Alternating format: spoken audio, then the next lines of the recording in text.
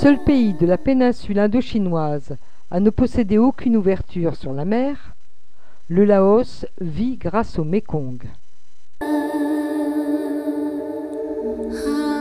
Le Mékong, c'est la seule voie de pénétration depuis le nord du pays. C'est le long du Mékong que se trouve la majorité des terres cultivables, et c'est là que se concentre la population.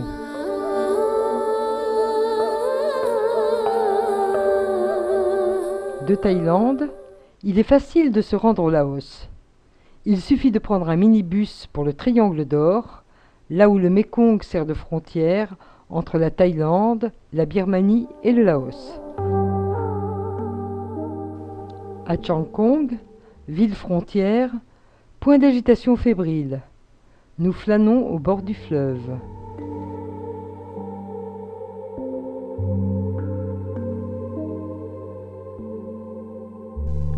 Le panneau nous met au parfum, nous embarquons pour l'Indochine.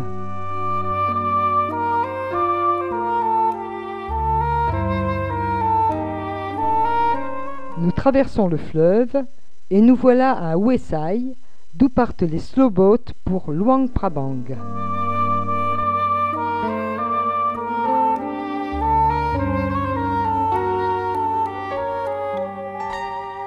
À l'intérieur du bateau, plus de touristes que de locaux.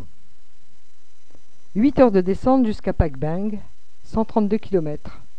Mais ne nous plaignons pas, par chance, les banquettes de bois sont équipées de coussins.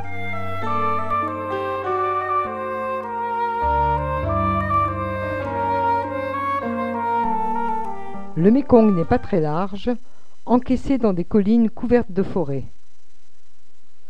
Le moteur ne fait pas trop de bruit et le paysage défile à une vitesse parfaite.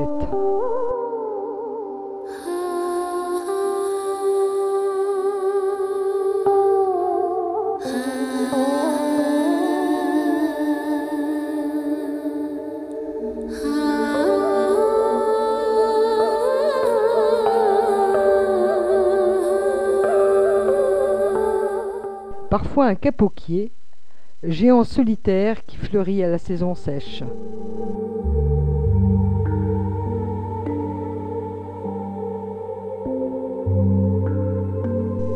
Rapide, tumultueux.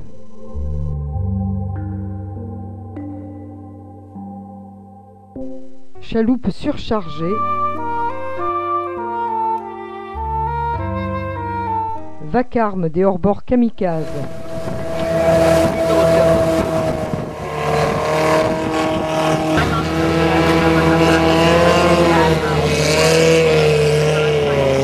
Ou lenteur des péniches remontant le fleuve, on ne s'ennuie jamais en descendant le Mékong.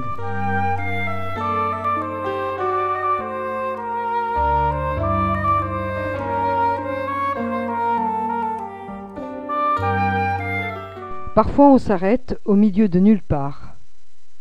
Montagne sauvage, point de village, et pourtant des gens vivent là.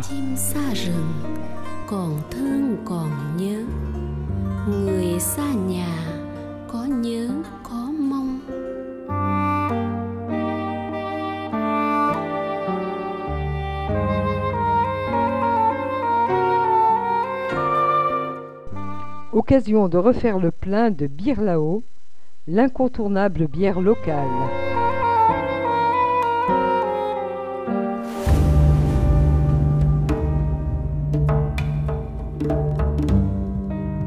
Nous faisons la route à 2 bateaux et notre pilote laisse passer son confrère, plus habile à négocier les rapides.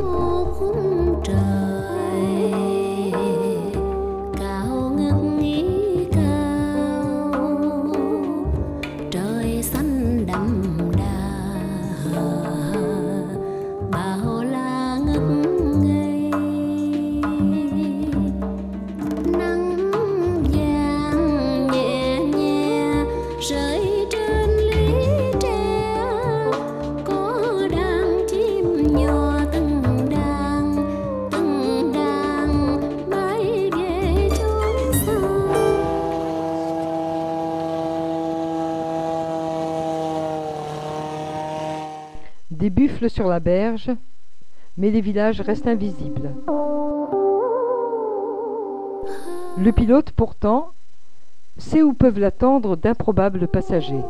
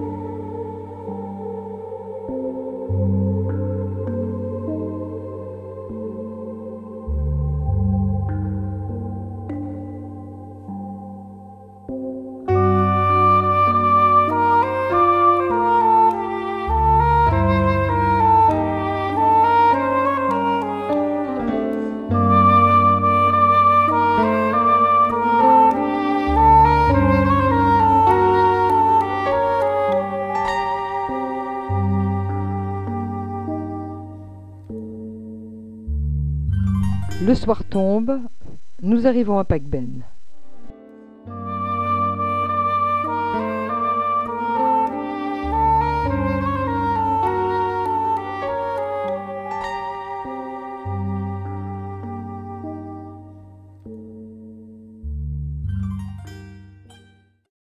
Pac Ben, c'est juste une rue qui monte dans un village de bois. Nous y passerons la nuit et y achèterons des vivres pour la descente jusqu'à Luang Prabang. Car, à part la bière là-haut, rien n'est prévu à bord pour se désaltérer et se sustenter.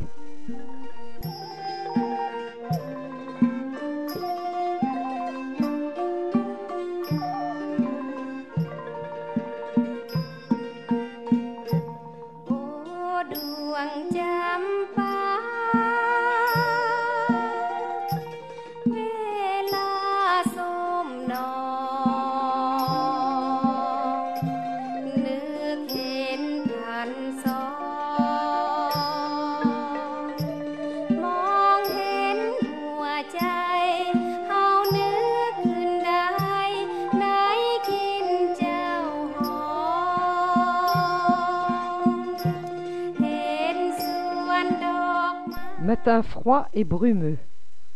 Nous voilà repartis pour une nouvelle journée de navigation.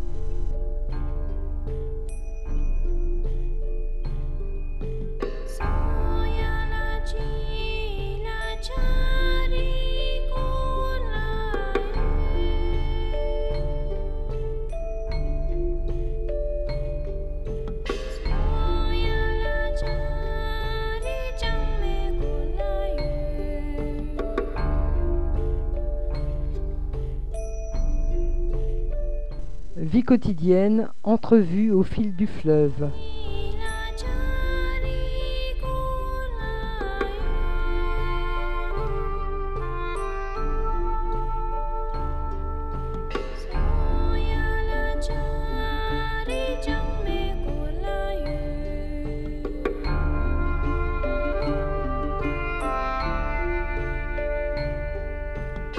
Tandis que l'autre bateau filait, le nôtre jouait les omnibus et s'arrêtait à chaque village.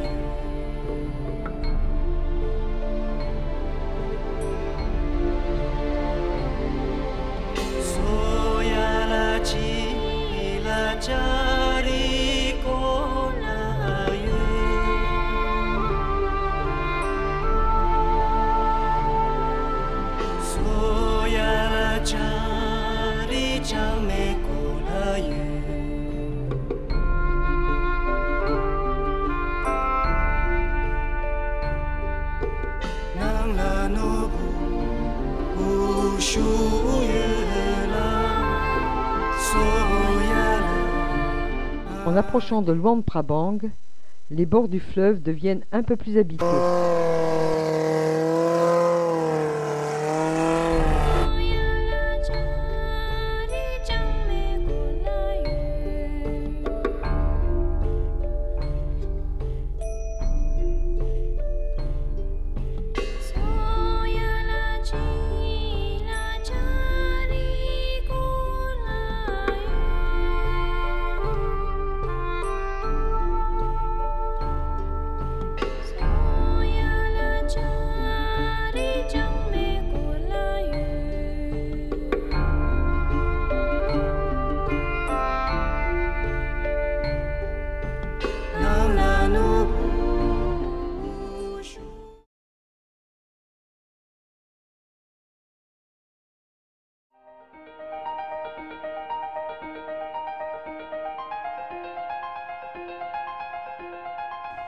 À Luang Prabang, nous logeons sur les bords du Mékong.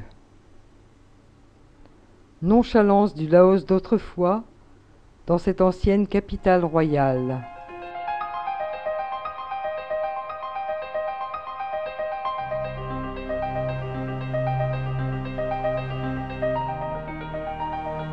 Construite au confluent du Mékong et de la Nam Khan, Luang Prabang dégage un charme très particulier.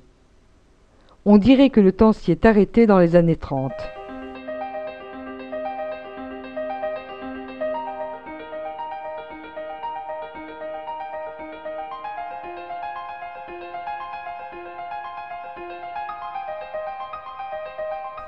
« 9 heures du matin, rentrée des classes dans la vieille école d'époque coloniale et circulation trépidante dans la rue Sisawong, la grande artère de Luang.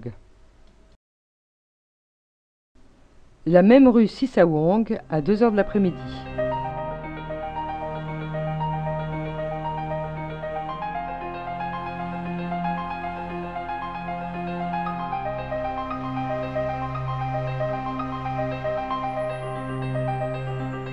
Les belles demeures de l'époque française sont devenues centre administratif ou hôtel de charme, car depuis 1995, la ville, classée par l'UNESCO au patrimoine mondial de l'humanité, commence à attirer les touristes.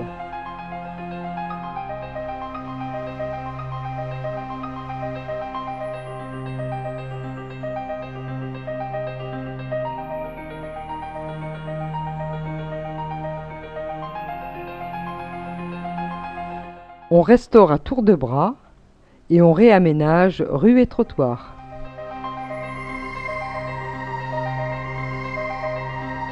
Sans fébrilité toutefois. La vie se déroule ici, simple et tranquille. De nombreux étangs ajoutent encore au charme de la ville. Ils joignent l'utile à l'agréable puisqu'ils drainent les eaux de la mousson et constituent un système d'épuration 100% écologique. Les Lao s'adonnent volontiers à la pétanque, sport adapté à la chaleur du pays.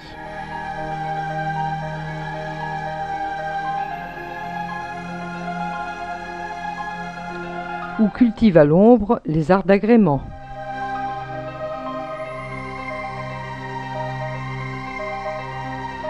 Mais ce qui attire les touristes à Luang Prabang, ce sont les temples, très nombreux et de lignes très pures, avec leurs toits en cascade, leurs portes sculptées en bois doré,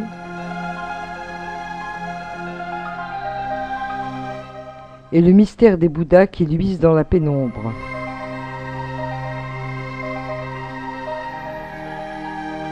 Chaque temple, comme celui du mont Fuxi qui domine la ville, possède son stupa qui abrite une relique sacrée. Tous ces temples sont habités par des moines dont les robes oranges font le bonheur des photographes.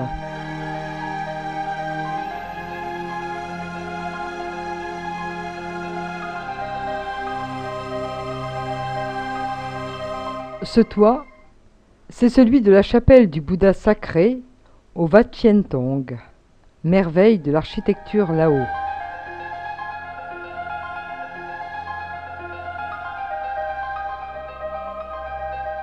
Datant du XVIe siècle, cet ensemble de bâtiments religieux est particulièrement bien conservé.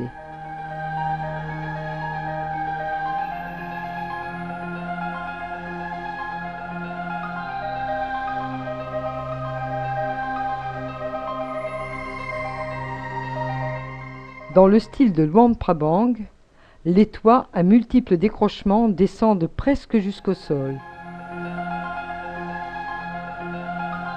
Décor somptueux des portes.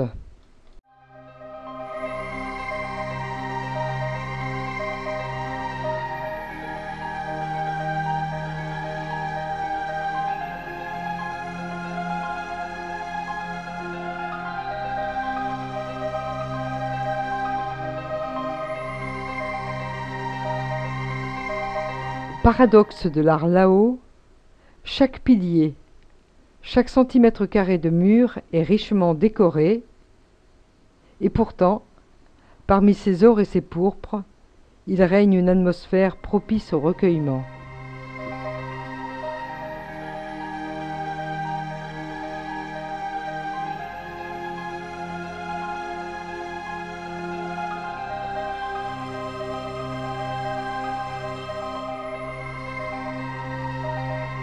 En mosaïque de verre, l'arbre de l'illumination anime la façade arrière. Chaque époque a contribué sans surcharge à la beauté des lieux. Ainsi, en 1957, pour le 2500e anniversaire de la naissance de Bouddha, ces scènes naïves en mosaïque de verre qui recouvrent les murs du petit temple du Bouddha couché.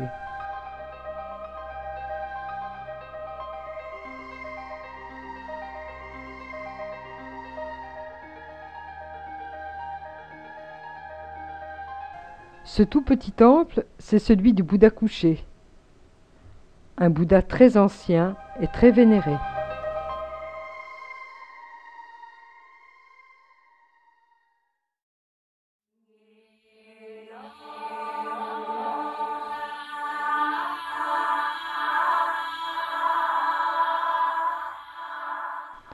« 6h30 du matin, sur le boulevard encore endormi. C'est l'heure de l'aumône des bonzes.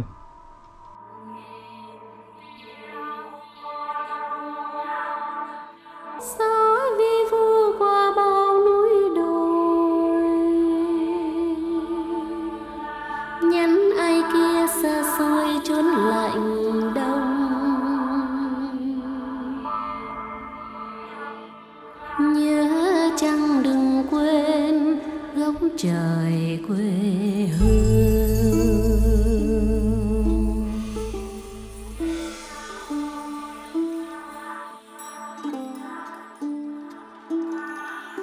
Suivant l'exemple de Bouddha, les bonzes doivent mendier leur nourriture et les fidèles se doivent de donner une boulette de riz à chacun.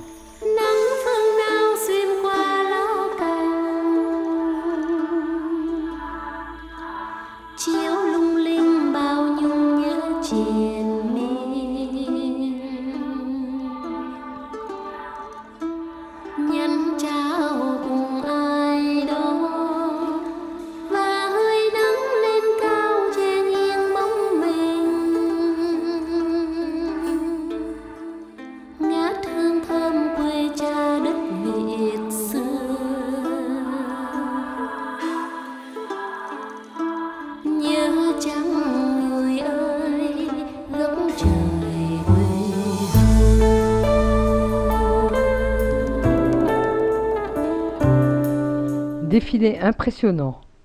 Les temples de Luang Prabang hébergent plus de 600 moines.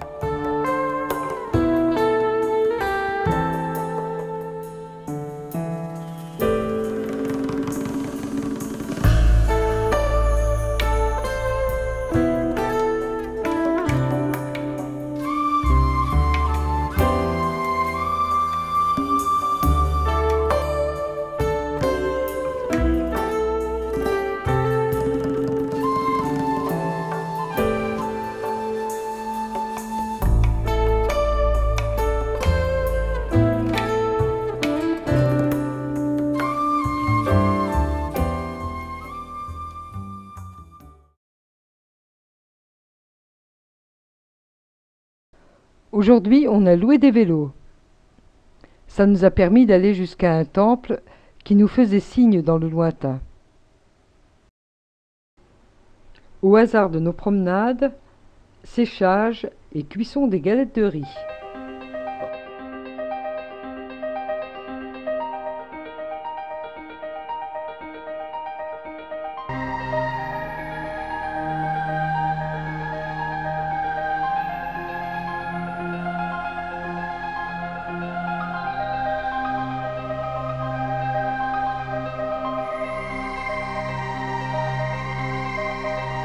On musarde dans les temples et on s'imprègne d'art là-haut.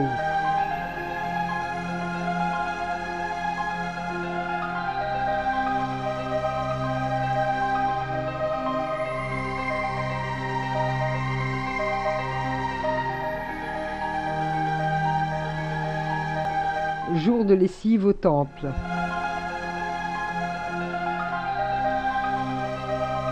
Drapage de la robe, encore hésitant pour le novice. Un pan sur l'épaule et c'est bon.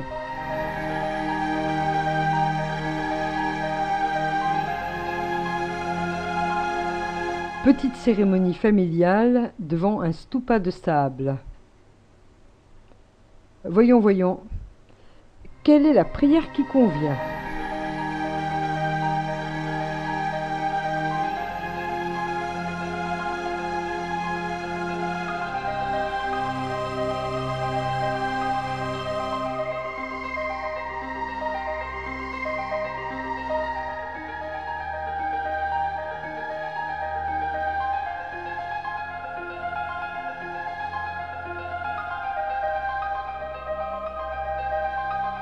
Assis au frais, à contempler le Mékong devant une bière là-haut, que demander de plus ?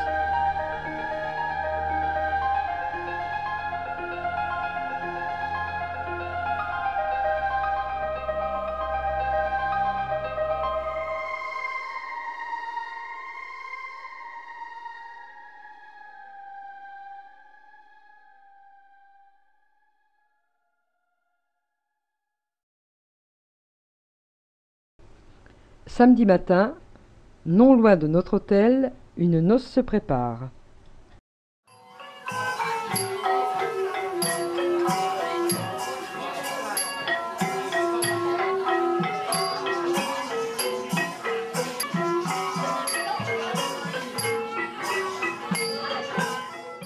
Inquiétude de la fiancée. Est-ce que tout sera prêt ?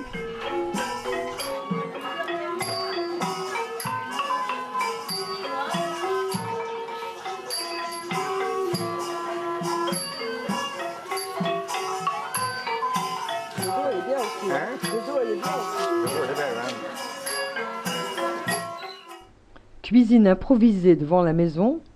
On s'active, on s'active.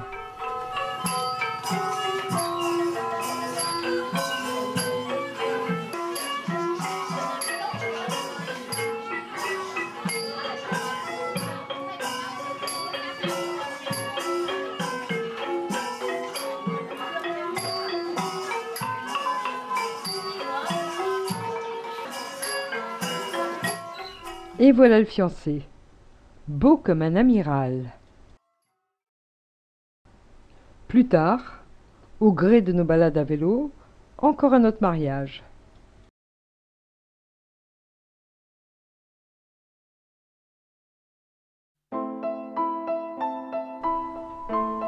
Après-midi aux cascades de Kwansi. Les chutes sont belles, mais sont certainement plus impressionnantes à la saison des pluies.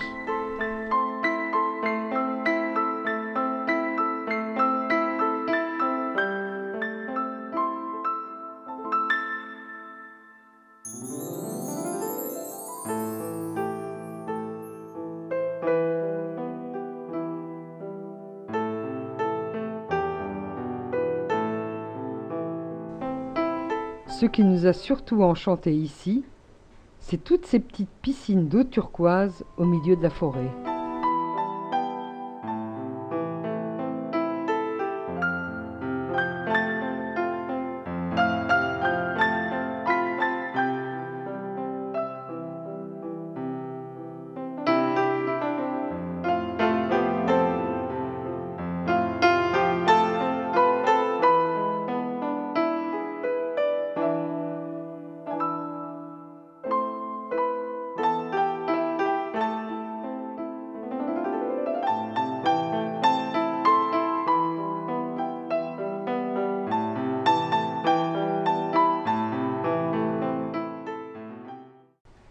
Dimanche matin, nous remontons le Mékong pour visiter les grottes sacrées de Pakou.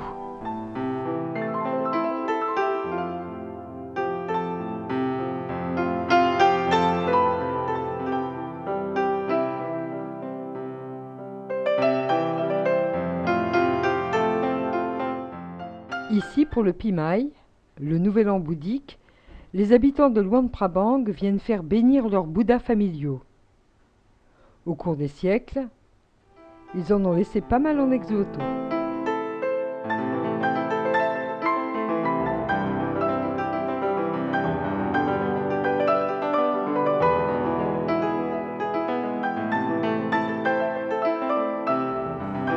Au retour, arrêt dans un village où on distille l'alcool de riz.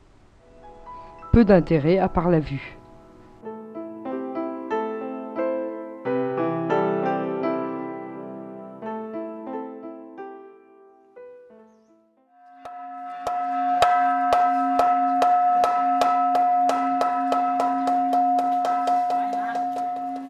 Dimanche après-midi, au Wat Sen, sans le savoir, on arrive pile poil pour un concert de gong. Nous sommes le 8e jour de la lune montante et on célèbre ainsi dans le rite bouddhiste certains jours du calendrier lunaire.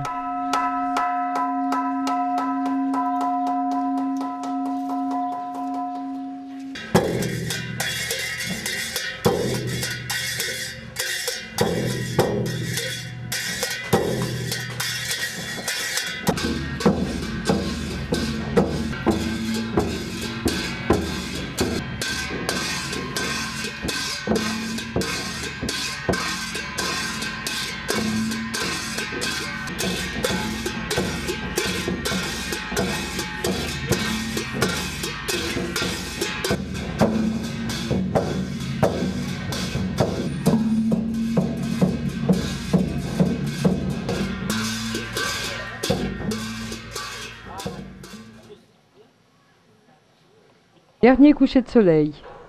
Demain, nous quittons Luang Prabang.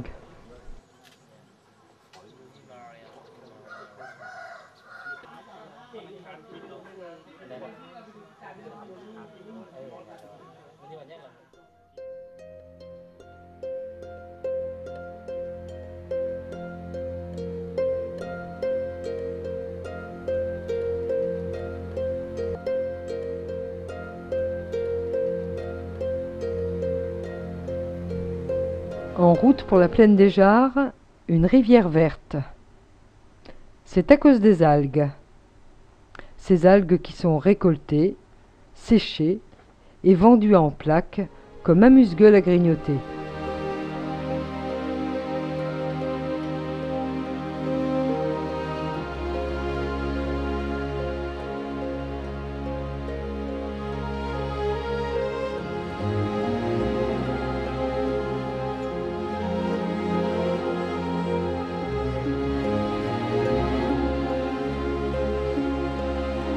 Nous voilà donc sur la route. Une route de montagne où s'accrochent de misérables villages de chaume et de bambous.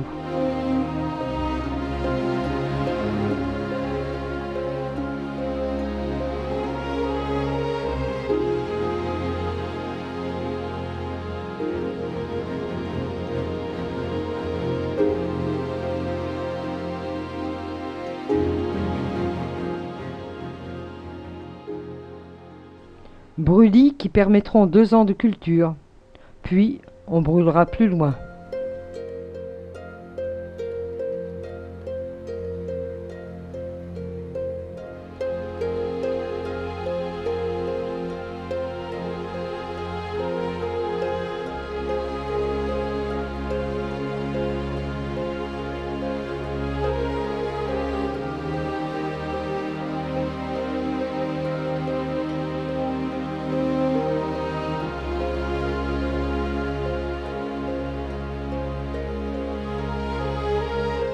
Artisanat très répandu par ici, on fabrique des balais.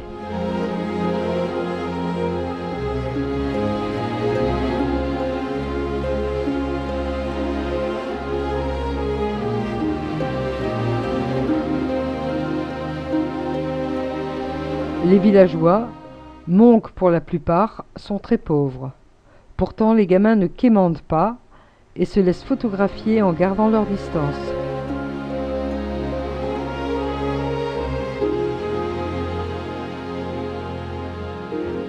La nécessité rend industrieux. Bricolage d'une station hydroélectrique.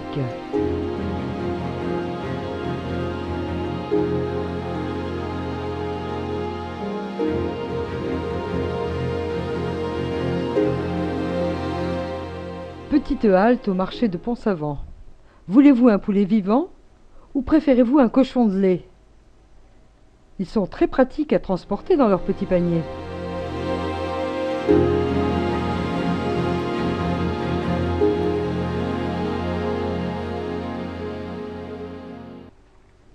À Pont-Savin, nous logeons au Mali Hotel où le propriétaire a rassemblé une étonnante collection d'engins de guerre.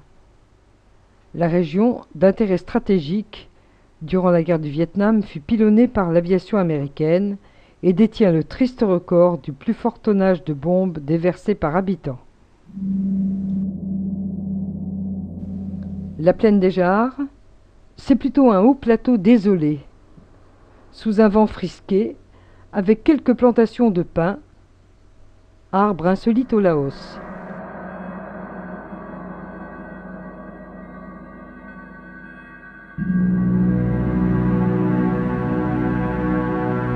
Cratères de bombes et interdiction de quitter les sentiers.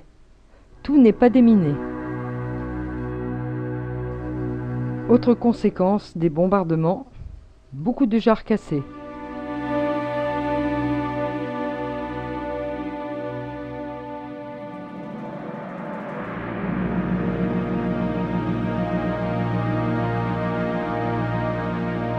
Mégalithes mystérieux datant paraît-il de 4000 ans.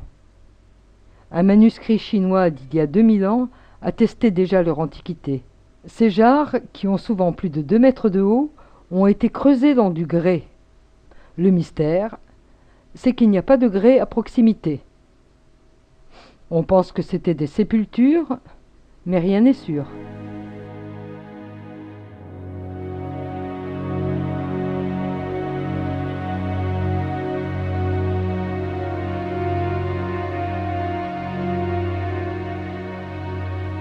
Nous avons marché sur le plateau pour rejoindre un autre site.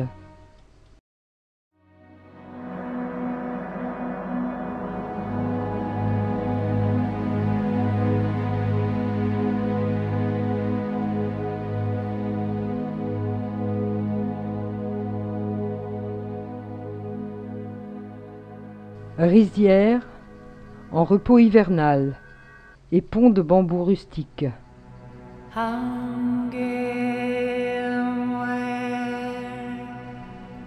Minuscule champ de pavots clandestins, subrepticement entrevus.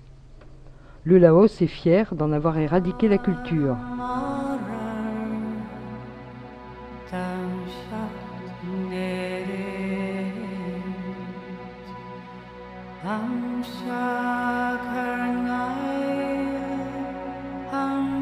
Autre site, sur une colline, comme un cimetière de jarres, à l'abri d'un grand arbre et d'un bosquet où souffle l'esprit.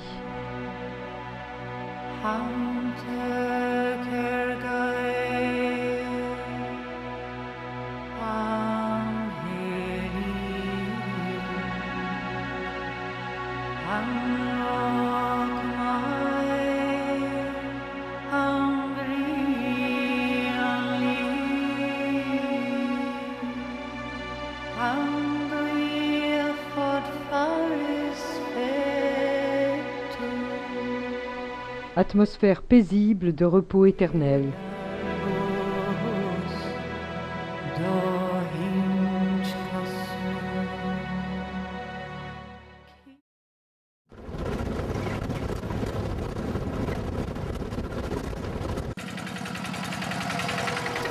Xiên Quan, ancienne capitale de la province, rayée de la carte par les bombardements.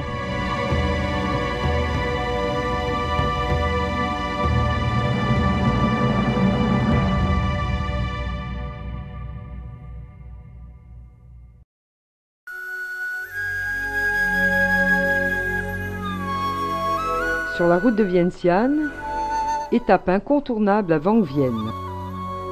Vang Vienne, qui s'étire paresseusement le long de la Nam Song dans un cadre enchanteur.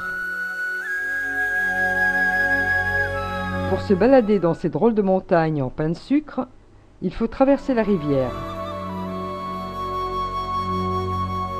Sur des ponts de bambou à péage, à gué, en carriole dans le courant, poussant une charrette ou sac à dos.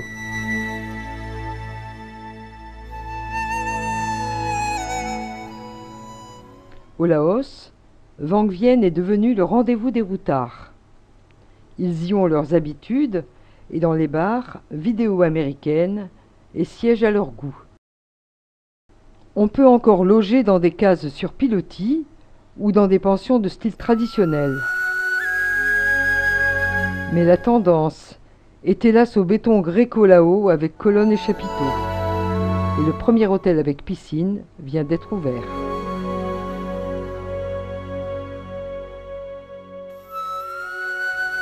L'attrait principal de Vang Vienne, c'est sa rivière aux eaux limpides, et tout est prévu pour en profiter.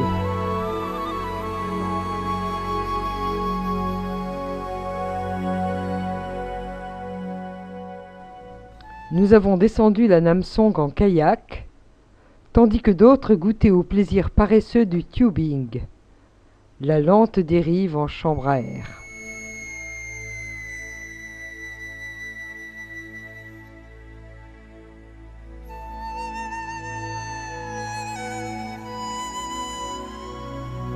Le soleil tape et une bière là-haut est la bienvenue. Si vous êtes à court de carburant, une âme charitable vous hèle sur la rive vers le bar le plus proche.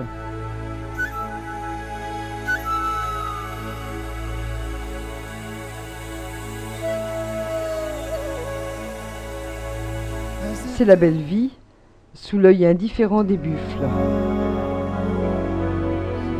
Même les pirogues paraissent pressées.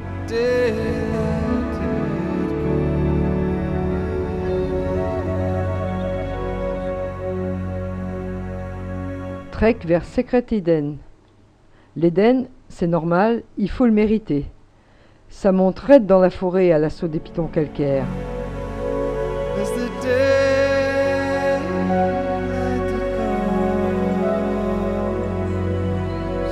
L'Éden promis, ce n'est que cette clairière. L'herbe fraîche invite toutefois au repos. Le guide nous a préparé un pique-nique royal, brochettes et baguettes de pain.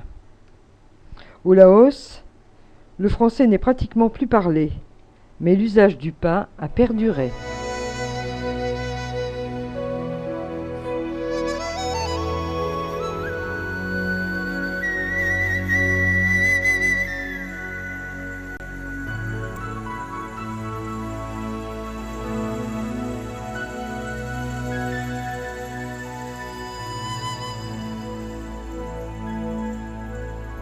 On explorera plusieurs grottes merveilleuses à découvrir à la lueur de nos torches.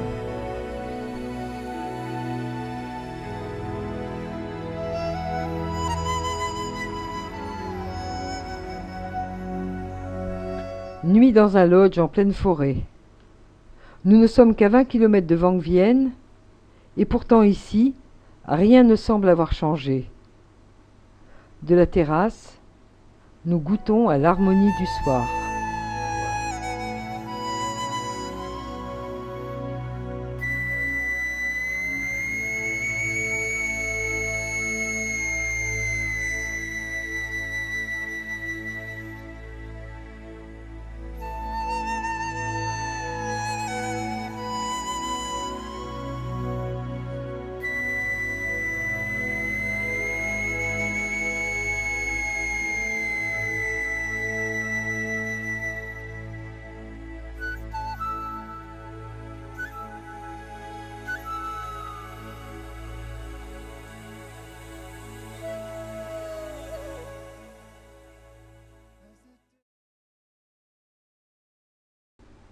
Nous voici à Vientiane, devant Patuxai, l'arc de triomphe tout en béton, conçu comme monument aux morts dans les années 60 sur l'avenue Langsan, les Champs-Élysées de la capitale.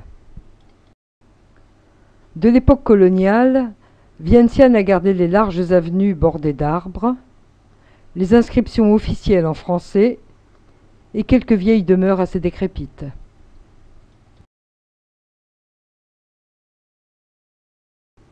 À 4 km du centre, le Wat That Luang, le monument religieux le plus important du Laos. Mais là, nous sommes déçus. Le Wat est déserté, point de fidèles en prière devant les sanctuaires, et sur le grand stupa, une vulgaire peinture jaune en place des dorures de Thaïlande ou de Birmanie. Mais Vientiane recèle d'autres trésors. Le Wat O Prakeo, construit au XVIe siècle pour abriter le Bouddha d'émeraude. Hélas, la précieuse statue fut dérobée par les Siamois au XVIIIe siècle et se trouve maintenant à Bangkok. Sous la colonnade du temple transformée en musée, une belle collection de Bouddhas en bronze du XVIIIe siècle, dans différents mudras. Debout, appelant la pluie, assis, prenant la terre à témoin, ou apaisant les querelles.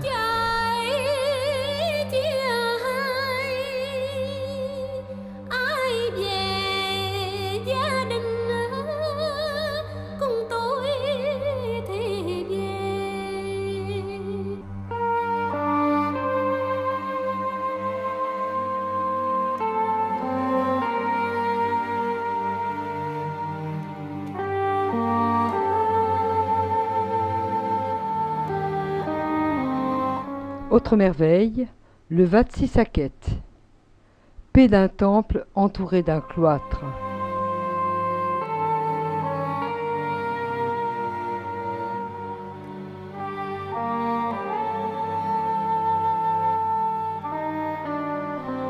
Les murs de ce cloître sont creusés de petites niches abritant plusieurs milliers de petites statuettes de Bouddha, car la multiplication des images glorifie la grandeur de l'éveillé.